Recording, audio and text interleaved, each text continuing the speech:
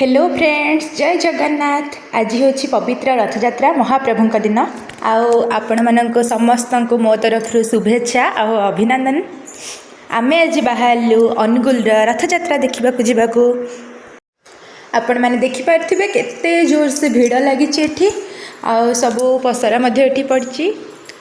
अनुगुल जगन्नाथ मंदिर को शैल श्रीक्षेत्र कह जाए। पर जिनपतर किणाकिणी करूँ किंतु प्रथमे जाए भगवान दर्शन करके आसवाई आम चलू। प्रथमे आम मंदिर भितर को जाइलु। देखु मंदिर केते बढ़िया सजा है जेहेतु आज रथयात्रा भिड़ बहुत अच्छी। पर मुझे आपण मानक मंदिर पूरा डिटेल्स व्यू वीडियो माध्यम निश्चित देखी। जेहेतु आज महाप्रभु मंदिर भितर नहांती स्थान खाली पड़ी तेणु चलतु ए रथयात्रा देखा चलवा। रथ को भगवान चलीगले आमे मध्य सेटिक जाइलु। मो सानर यहाँ प्रथम थर रथयात्रा से देखा आसी देखु भिड़े सी कांदी पकई मुंडिया भी मारी भगवान को आशीर्वाद भी नहीं।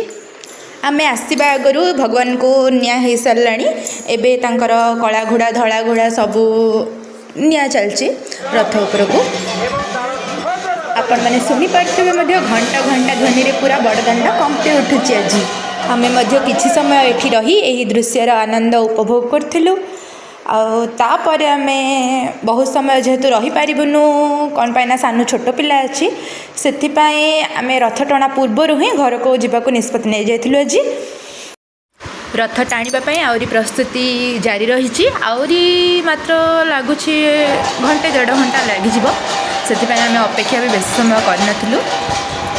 आपण माने टिके से दृश्य को देखि नियंतु।